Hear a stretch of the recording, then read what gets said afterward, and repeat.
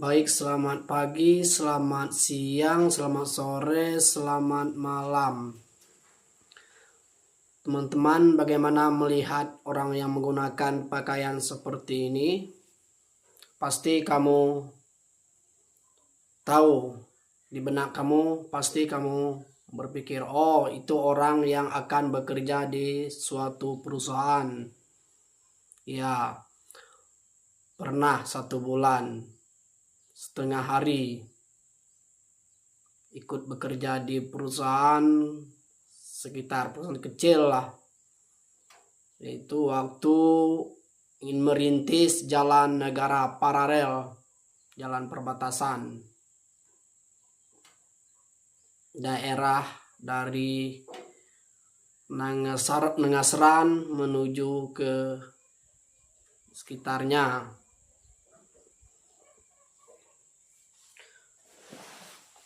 Kemudian bagaimana kalau kamu melihat orang yang menggunakan pakaian seperti ini?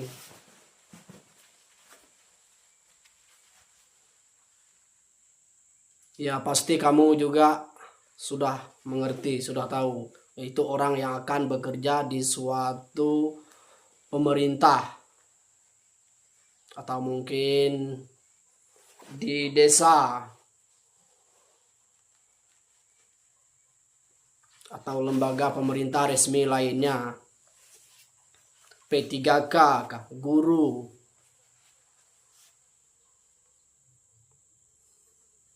Baik di kerja pemerintah yaitu melalui dinas pendidikan, P3K, ya, tetapi itu juga namanya bekerja di suatu perusahaan, yaitu milik negara. Mengapa juga dikatakan seperti itu? Karena kita tahu kurikulum juga selalu berubah-ubah, 5 tahun sekali diganti. Dari yang KTSP atau bahkan sebelumnya, kemudian berubah menjadi K13, berubah lagi menjadi Kumer atau kurikulum merdeka, bahkan ada sekarang lagi yaitu apa namanya, yang jelas itu selalu berubah.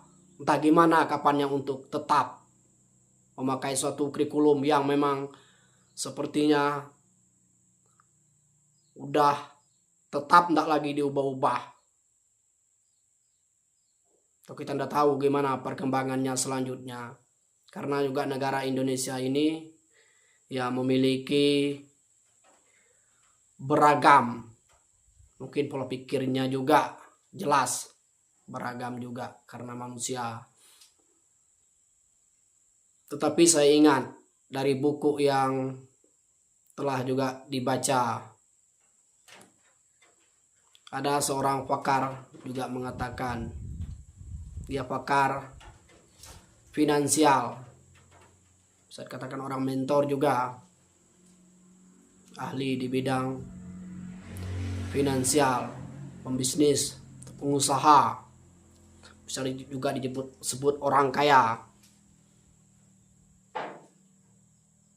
Selama kurikulum pendidikan itu tidak dimasukkan ke dalam kurikulum ilmu finansial itu, suatu negara itu akan sulit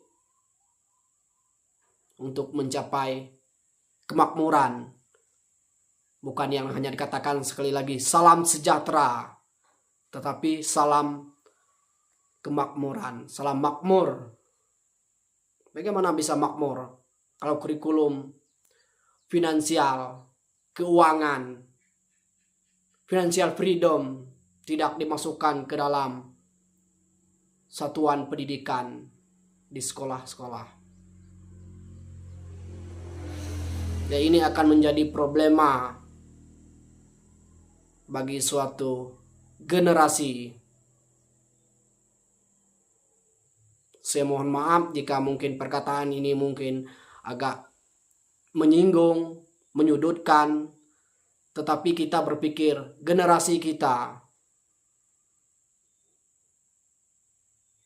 Atau mungkin seperti negara lain adik kuasa negara Amerika, yaitu siswa itu diarahkan, dihadapkan pada kasus atau digali nanti gimana tujuannya, minat bakatnya, passionnya. Maka nanti akan nampak di dalam setiap individu, akan muncul di mana minat dan bakatnya. Kayak negara juga Cina, imitating to meniru. Karena jika dia fokus akan sesuatu, diulang-ulang-ulang, dia akan menjadi ahli. Itu juga kata Jamil Essaini, pengusaha yang dari Lampung, orang kaya.